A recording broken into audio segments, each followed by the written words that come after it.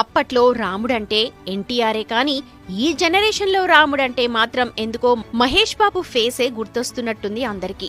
కోలముఖం, కొచ్చటి ముక్కు, తీయని నవ్వు, ఈ ఫీచర్స్ తో కనిపించే మహేష్ రాముడి క్యారెక్టర్ కు సూట్ అవుతారనే మాట కూడా టాలీవుడ్ మేకర్స్ నుంచి చాలా సార్లు బయటకొచ్చింది. అయితే ఒక డైరెక్టర్ ప్రశాంత్ వర్మ నుంచి మాత్రం మాటే కాదు పని కూడా మొదలైపోయింది. మహేష్ ను రాముడిగా చూపించాలనే తన ప్రయత్నం ఎట్ ప్రెజెంట్ ఓ రేంజ్ లో సాగుతోంది. ఇప్పుడిదే అంతటా హాట్ టాపిక్ అవుతోంది.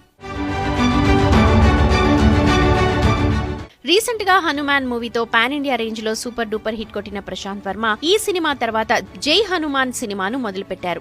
ప్రస్తుతం ప్రీ ప్రొడక్షన్ పనులో బిజీగా ఉన్న ఆయన తన జై హనుమాన్ సినిమాలో రాముడి క్యారెక్టర్ కోసం మహేష్ బాబును క్యాస్ట్ చేయనున్నట్టు చెప్పారు.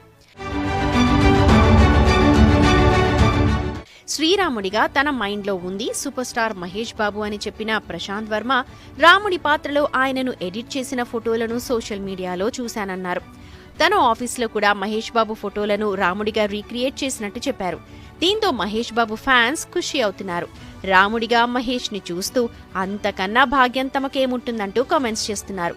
మహేష్ ను రాముడిగా రీక్రియేట్ చేసిన ఫోటోలను నెట్టింట వైరల్ చేస్తూ చేతులెత్తి మొక్కుతున్నారు.